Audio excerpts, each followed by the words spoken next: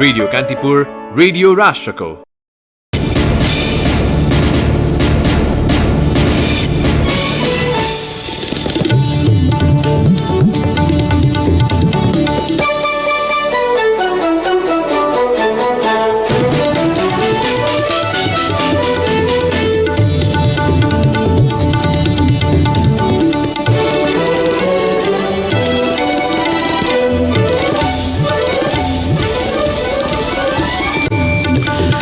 प्रधानमन्त्री देउवालाई विश्वासको मत नदिने एमालेको निर्णय, स्थायी कमिटी र संसदीय दलको बैठकमा नेपाल समूह अनुपस्थित। कोरोना संक्रमितको संख्या बढ्दै थप 43 जनाको मृत्यु, चीनले कोरोना विरुद्धको 16 लाख डोज खोप उपलब्ध गराउँदै। तरकारीको मूल्य आकाशिँदा उपभोक्ता मारमा, बिचौलियाको बिगबिगीसँगै प्रभावकारी अनुगमन नहुँदा बजार अराजक बन्दै। अर्थतन्त्रको पछिल्लो अवस्था र आगामी रणनीति समावेश गरी श्वेतपत्र छिट्टै जारी गर्ने नवनियुक्त अर्थमन्त्री शर्माको भनाई।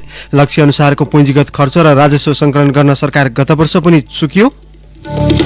अफगानिस्तानको कान्दाहारमा भएको झडपमा परि रोइटर्सका फोटो पत्रकार दानिश सिद्दिकीको मृत्यु।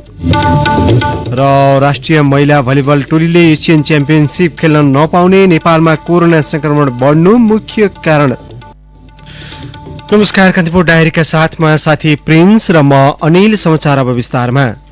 नेकपा एमाले प्रधानमन्त्री शेरबहादुर देउवालाई विश्वासको मत नदिने निर्णय गरेको छ। पार्टीको स्थायी कमिटी र संसदीय दलको छुट्टा छुट्टै बसेको बैठकबाट देउवालाई विश्वासको मत नदिने र जिम्मेवार प्रतिपक्षी भएर बस्ने निर्णय भएको संसदीय दलका उपनेता सुभाष नेमाङले जानकारी दिनुभयो। ललितपुरको च्यासल स्थित तुलसीलाल स्मृति प्रतिष्ठानको भवनमा बिहान बसेको स्थायी कमिटी बैठकले देउवालाई विश्वासको मत नदिने निर्णय गरेको प्रवक्ता प्रदीप कुमार गेवालीले जानकारी दिनुभयो।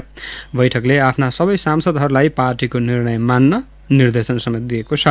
नेकपा एमाले देश र राष्ट्रियताको पहरेदार, लोकतन्त्र र संविधानको रक्षक, जनताको हितप्रति अटल रहँदै सक्रिय र रचनात्मक प्रतिपक्षको भूमिका खेल्ने निर्णय पनि गरेको छ। अलोकतान्त्रिक एवं अस्वस्थ विधिबाट गठित सरकारलाई पार्टीको समर्थन नरहने र विश्वासको मत नदिने स्पष्ट पार्दै पार्टीका प्रतिनिधि सभा सदस्यहरूलाई पार्टीको निर्णय मान्न निर्देशन दिएको गेवालीले उल्लेख गर्नुभयो। त्यस्तै पार्टीको समस्या समाधान गर्न गठित 10 सदस्यीय कार्यदलले गरेको 10 बुँदे सहमति स्थायी कमिटी बैठकले अनुमोदन गरेको छ। प्रवक्ता गेवालीका अनुसार सहमति अनुमोदन भएसँगै कार्यदल विघटन भएको छ। यसअघि स्थायी कमिटी बैठक चलिरहेका बेला वरिष्ठ नेता नेपाल पक्षीय नेताहरू बैठक रोक्न आग्रह गर्दै बैठक स्थल पुगेका थिए।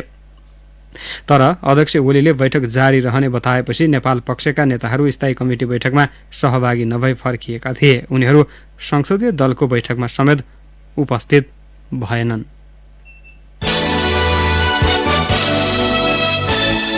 पार्टीको 14औं महाधिवेशनको तयारीमा रहेको नेपाली कंग्रेसको पदाधिकारी बैठक प्रधानमन्त्री निवास बालुवाटारमा जारी छ। कंग्रेसको नेतृत्वमा नयाँ सरकार गठन भएपछि महाधिवेशन प्रभावित हुने आकलन भइरहेका बेला महाधिवेशनको तयारीका लागि बैठक बसेको हो। महाधिवेशनको कार्यतालिकासँगै पछिल्लो राष्ट्रिय राजनीतिबारे समेत बैठकमा छलफल हुने नेताहरूले बताएका छन्। बैठकमा पदाधिकारी तथा पूर्व पदाधिकारीको सहभागिता रहेको प्रधानमन्त्री देउवाको सचिवालयले जनाएको छ। पार्टी नेतृत्वको सरकार गठन भएसँगै सत्ता गठबन्धन, मन्त्री परिषद विस्तार, सरकारमा जाने थप मन्त्रीहरू को विषयमा पनि बैठकमा छलफल हुने नेताहरूको भनाइ छ। कंग्रेसमा साउन 12 गते भित्र वडा अधिवेशन गर्नुपर्ने भए पनि क्रियाशील सदस्यता वितरणलाई लिएर विवाद कायमै छ। कंग्रेसको 14औं महाधिवेशन भदौ 16 देखि 19 सम्म काठमाडौँमा हुँदैछ। यसैबीच प्रधानमन्त्री शेरबहादुर देउवा आज बालुवाटार सर्नु भएको छ। गत मंगलबार प्रधानमन्त्री नियुक्त भएका देउवा निजी निवास बुढा नीलकण्ठबाट आज बिहान बालुवाटार सर्नु भएको हो। पछिल्लो 24 घण्टामा 2936 जनामा कोरोना संक्रमण पुष्टि भएको छ। स्वास्थ्य तथा जनसङ्ख्या मन्त्रालयका अनुसार 9613 पीसीआर परीक्षण गर्दा 2600 र 4569 एन्टिजेन परीक्षणबाट 930 जनामा कोरोना भाइरस संक्रमण पुष्टि भएको हो। काठमाडौँमा 343, ललितपुरमा 136 र भक्तपुरमा 62 गरी काठमाडौँ उपत्यकामा 541 जनामा कोरोना संक्रमण पुष्टि भएको मन्त्रालयले जनाएको छ। सोही अवधिमा 1775 जना संक्रमण मुक्त भएका छन्। पछिल्लो 24 घण्टामा 21 देखि 30 वर्ष उमेर समूहका 503 जनामा कोरोना संक्रमण पुष्टि भएको छ। विभिन्न अस्पतालको आइसियुमा 578 र भेन्टिलेटरमा 174 जनाको उपचार भइरहेको छ। पछिल्लो 24 घण्टामा थप 43 जनाको मृत्यु भएसँगै कोरोना संक्रमणका कारण नेपालमा मृत्यु हुनेको संख्या 9506 पुगेको छ। यसैबीच मन्त्रालयका अनुसार चीनबाट ल्याइएको भेरोसेल खोपको पहिलो मात्रा हालसम्म 9,37,225 जनाले लगाएका छन्। यस्तै 6,59,548 जनाले दोस्रो मात्राको खोप लगाएको स्वास्थ्य मन्त्रालयले जनाएको छ। नेपाललाई चीनले कोरोना भाइरस विरुद्धको थप 16 लाख डोज खोप दिने भएको छ। बालुवाटारमा प्रधानमन्त्री शेरबहादुर देउवासँगको भेटमा नेपालका लागि चिनिया राजदूत हो यान्छीले अनुदानमा थप 16 लाख डोज खोप उपलब्ध गराउने बताउनु भएको हो। भेटमा चिनिया राजदूत यान्छीले कोभिड-19 महाविरुद्धको लडाईँमा नेपाललाई चीनको निरन्तर सहयोग रहने बताउनु भएको परराष्ट्र मन्त्रालयद्वारा जारी विज्ञप्तिमा उल्लेख छ। चीनले यसअघि नेपाललाई 2 पटक गरी 18 लाख डोज खोप अनुदानमा दिएको थियो। यसैबीच काठमाडौँ जिल्लामा भेरोसेल खोप अभियान स्थगन भएको छ। असार 29 गतेदेखि सुरु भएको भेरोसेलको पहिलो मात्राको खोप अभियान भोलिसम्म सञ्चालन हुने भनिएको थियो, तर मौजात समाप्त भएकाले अर्को सूचना जारी नभएसम्मका लागि खोपको पहिलो मात्रा लगाउने कार्यक्रम स्थगन गरिएको स्वास्थ्य कार्यालय काठमाडौँका प्रमुख जनस्वास्थ्य प्रशासक बद्रीबहादुर खड्काले बताउनुभयो।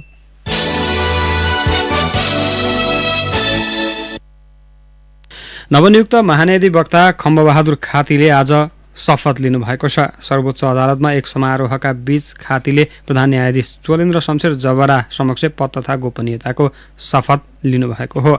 शपथ लिएपछि खातीले महान्यायाधिवक्ता कार्यालय रामशाह पद पुगेर पदभार ग्रहण समेत गर्नुभएको छ। महान्यायाधिवक्तालाई शपथ ग्रहण गराउने क्रममा राष्ट्रपति विद्यादेवी भण्डारी भने उपस्थित हुनु भएन। राष्ट्रपतिले आफ्नो उपस्थितिमा राष्ट्रपति कार्यालयका यसलाई पुनः सुन्नुहोस्। राष्ट्रपतिले आफ्नो उपस्थितिमा महान्यायाधिवक्तालाई शपथ गराउन अस्वीकार गरेपछि सर्वोच्च अदालत परिसरमै उहाँको शपथ ग्रहण भएको थियो। सरकारको सिफारिसमा खातीलाई राष्ट्रपतिले हिजो महान्यायाधिवक्तामा नियुक्त गर्नुभएको हो, तर शपथ ग्रहण कार्यक्रममा सहभागी हुन भने राष्ट्रपतिले अस्वीकार गर्नुभएको हो। महान्यायाधिवक्तालाई राष्ट्रपतिको उपस्थितिमा प्रधान न्यायाधीशले पद तथा गोपनीयताको शपथ गराउने परम्परा छ, तर यसपटक भने राष्ट्रपतिले सो अभ्यास तोड्नु भएको छ। कान्तिपुर डायरीमा अब ब्रेकको पालो। कान्तिपुर डायरीमा अब बाँकी प्रसङ्ग। सुरुमा कान्तिपुर सविस्तार। कान्तिपुर सविस्तार। तरकारीको मूल्य ह्वात्तै बढेको छ। भान्सामा सबैभन्दा धेरै खपत हुने तरकारीको मूल्य 1 महिनाको अन्तरमा दोब्बरले बढेको हो। तरकारीको मूल्य वृद्धिले आम उपभोक्ता भने मारमा परेका छन्। तरकारी ढुवानीको मनलाग्दी भाडा, बिचौलियाको बिगबिगीसँगै प्रभावकारी अनुगमन नहुँदा बजार अराजक बन्दै गएको हो। सरोकारवालाले भने आन्तरिक उत्पादनमा कमी, अत्याधिक वर्षा लगायतले फलफूल तथा तरकारीको मूल्य वृद्धि भएको दावी गरेका छन्।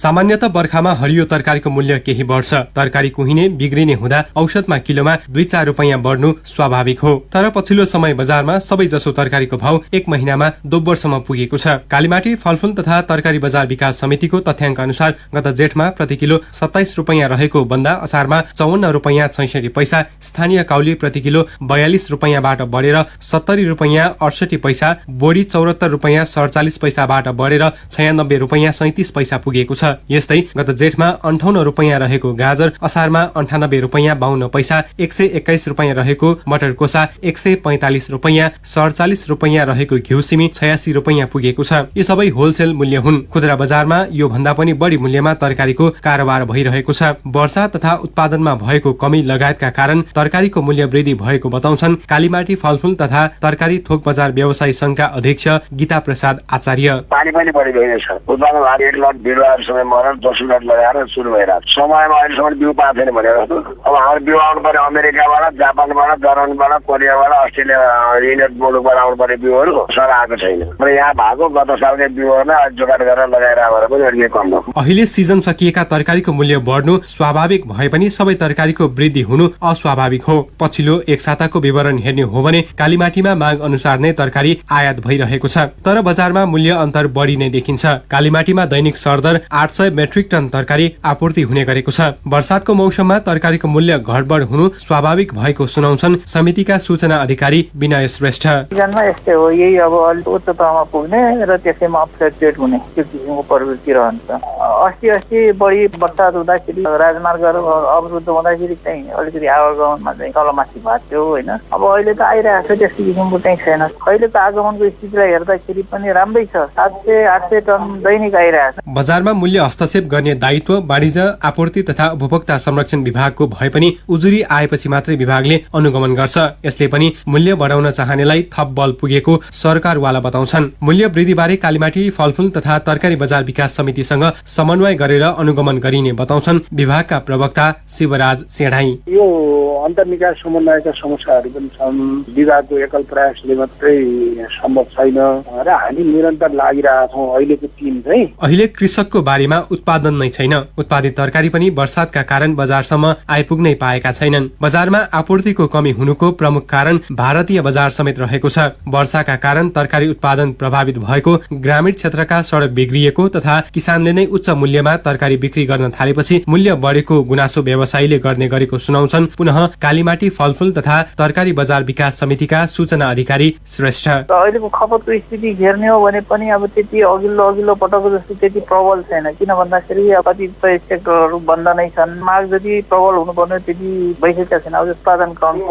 अब कतिपय तहमा चाहिँ अब अहिले बर्सात भएको छ, बाटो बन्द भएको छ, उत्पादन छैन, सामान आउँदैन भनेर कतिपयले प्रोपोगेन्डा गराएर पनि मूल्य वृद्धि गरेका हुन सक्छन् होइन। त्यो अवस्थाबाट सचेत रहनुपर्ने अवस्था चाहिँ छ। कोरोना भाइरसको महामारीका कारण अधिकांश सर्वसाधारणको आय स्रोत गुमेर कमजोर बनेको अवस्थामा उपभोक्ताको भान्सा महँगिनु सुखद होइन। विषम परिस्थितिमा बजार अनुगमनलाई निरन्तरता दिएको बताए पनि सरकारले तरकारी लगायतका दैनिक उपभोग्य वस्तुको मूल्य नियन्त्रण गर्न सकेको छैन। कोरोनाले आक्रान्त सर्वसाधारण आकाशिएको बजारले थप पीडामा पर्न सक्ने तर्फ सरकारवालाले समयमै ध्यान पुर्याउन जरुरी छ। रेडियो कान्तिपुरका लागि सूरज राजथला। कान्तिपुर सविस्तार।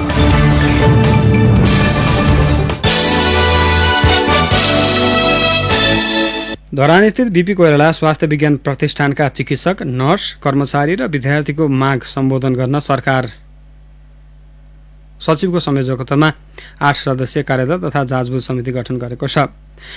प्रतिष्ठान शुद्धिकरण अभियान अन्तर्गत संयुक्त सङ्घर्ष समितिले सरकारलाई गत बुधबार 48 घण्टे अल्टिमेटम दिएपछि प्रधानमन्त्री कार्यालयका सचिव डाक्टर वैकुण्ठ अर्यालको संयोजकत्वमा कार्यदल गठन गरिएको हो।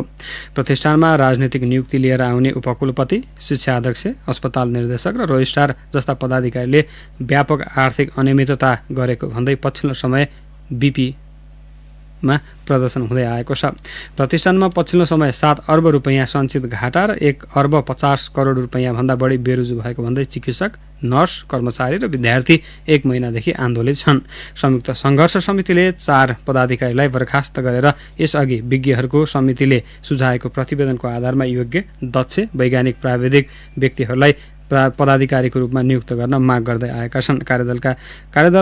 कार्यदलका सदस्य रहेका प्रधानमन्त्री कार्यालयका सहसचिव शङ्कर नेपालीले बीपी प्रतिष्ठानभित्र देखिएको समस्या समाधान गर्न र आन्दोलनरत पक्षको माग छिट्टै सम्बोधन गरिने बताउनुभयो।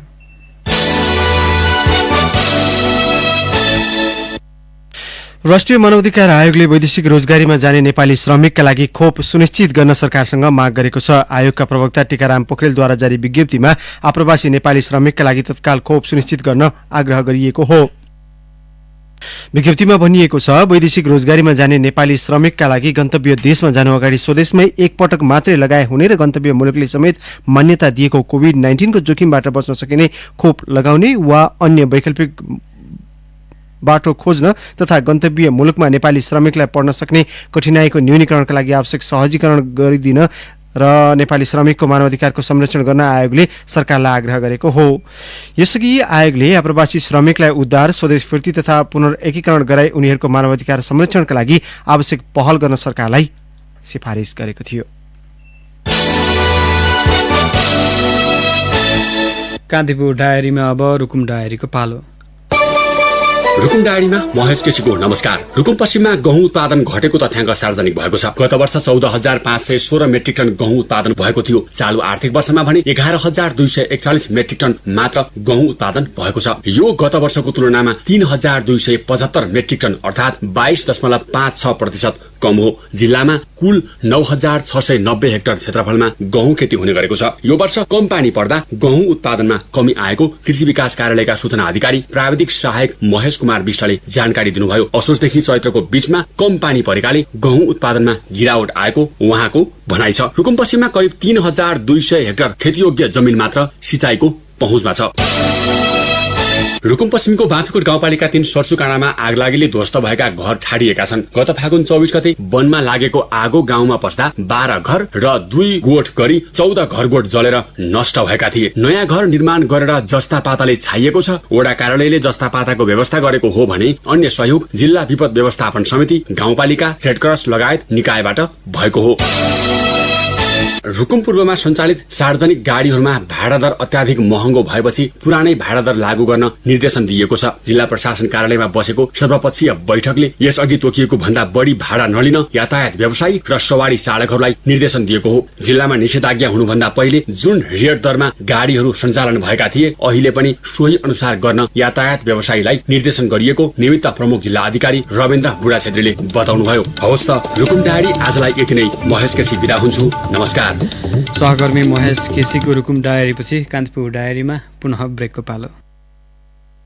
कान्तिपुर डायरीमा अब आर्थिक प्रसंग नवनियुक्त अर्थमन्त्री जनार्दन शर्माले अर्थतन्त्रको पछिल्लो अवस्था र आगामी रणनीति समेटेर श्वेत पत्र छिट्टै जारी गरिने बताउनु भएको छ। बजेट कार्यान्वयन र अर्थतन्त्रको पछिल्लो अवस्थाबारे अन्यल बढेकाले श्वेत पत्र मार्फत सरकारी धारणा तय गरिने मन्त्री शर्माको भनाइ छ। अर्थ मन्त्रालयमा आज आयोजित पत्रकार सम्मेलनमा शर्माले मौद्रिक नीति आउनु अगाडि नै श्वेत पत्र ल्याउने बताउनु भयो। उहाँले भन्नुभयो मौद्रिक नीतिमा समावेश गर्नुपर्ने विषयहरू पनि सम्बोधन गर्नुपर्ने धेरै कुराहरू छन्।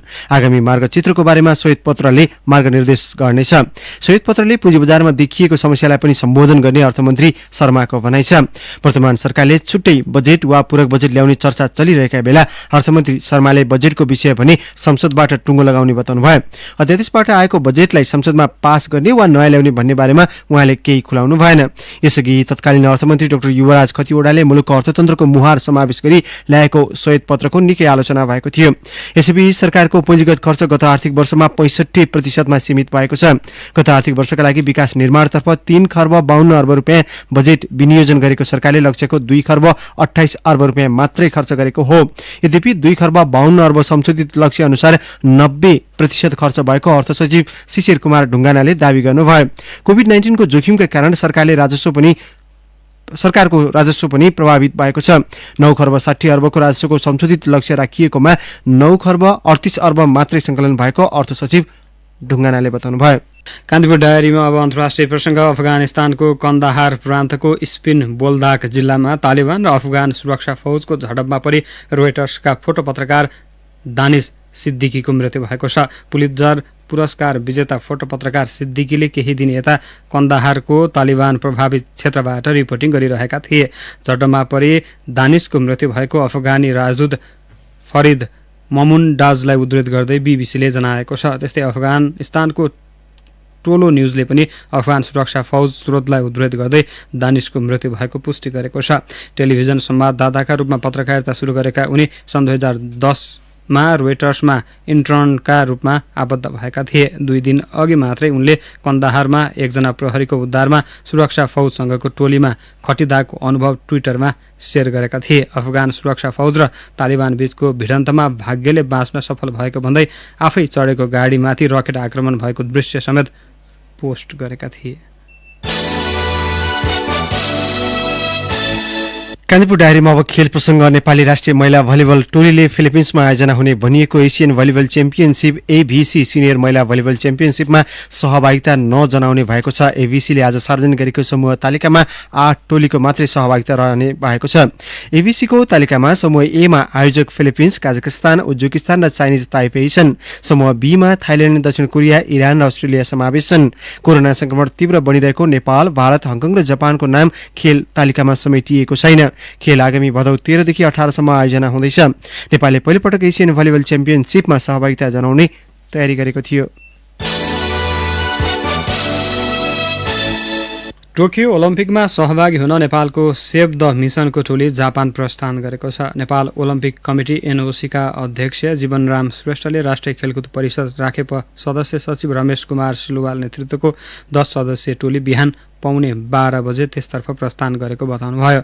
टोलीमा जुडोकी सोनिया भट्ट र सुटिङकी कल्पना परियार, सुटिङका प्रशिक्षक असीम यादव पनि छन्। त्यस्तै सिलवालको नेतृत्वमा हेडक्वार्टर अफिसियल कार्यकारी निर्देशक चतुरानन्द राज वैद्य, टिम लिडर सुनिल कुमार श्रेष्ठ, तुलसी थापा, प्रकाश शमशेर राणा र मेडिकल अफिसियलको रूपमा सूर्य नारायण श्रेष्ठ जापान गएका छन्। एनओसी अध्यक्ष श्रेष्ठको नेतृत्वमा भने सोमबार 5 सदस्यीय टोली जापान जानेछ। अध्यक्षको नेतृत्वमा जापान जाने टोलीमा महासचिव लिन्दनराज श्रेष्ठ, युवा तथा खेलकुद मन्त्रालयका सचिव केदार न्यौपाने, राखेप बोर्ड सदस्यद्वय सम्पन्न श्रेष्ठ र सुभाष श्रेष्ठ छन्। यस्तै साउन 10 गते जापान जाने टोलीमा राखेप उपाध्यक्ष शिव कोइराला, एथलेटिक्स खेलाडी सरस्वती चौधरी, प्रशिक्षक इन्दिरा मल्ल र एनओसी उपमहासचिव पिताम्बर तिमसिना रहेका छन्। यसअघि पौडीका 3 सदस्यीय नेपाली टोली जापान पुगिसकेको छ। जुलाई 23 देखि अगस्त 8 सम्म हुने टोकियो ओलम्पिकमा नेपालबाट 5 खेलाडी, प्रशिक्षक र पदाधिकारी गरी 26 सदस्यीय टोली सहभागिता रहनेछ। विम्बल्डन च्याम्पियन नोभाक जोकोभिचले ग्रीष्मकालीन टोकियो ओलम्पिकमा सहभागिता जनाउने भएका छन्। विश्व पुरुष ग्रान्ड स्लाम विजेता बनेका जोकोभिचले गत साता आफूले ग्रीष्मकालीन ओलम्पिकमा भाग लिने निश्चित भइ नसकेको बताएका थिए। उनले ट्विटरमा पोस्ट गर्दै भनेका छन्, 8 दिनसम्म सर्बिया टोलीबाट म खेलमा खुसीका साथ सहभागी हुनेछु। टोकियोका लागि उनले आफ्नो फ्लाइट टिकट समेत बुक गरिसकेको उल्लेख गरेका छन्। उनले विम्बल्डनको उपाधि हात पारिसकेपछि पनि कोरोना संक्रमणका कारण ग्रीष्मकालीन ओलम्पिकमा सहभागी हुने विषय अन्यल सृजना भएको उल्लेख गरेका छन्। हवस् त प्रसङ्गसहित कान्तिपुर डायरीको यो बुलेटिन अहिलेलाई यहीँ सकिन्छ। साथी प्रिन्स र म अनिल बिदा माग्छौँ। नमस्कार।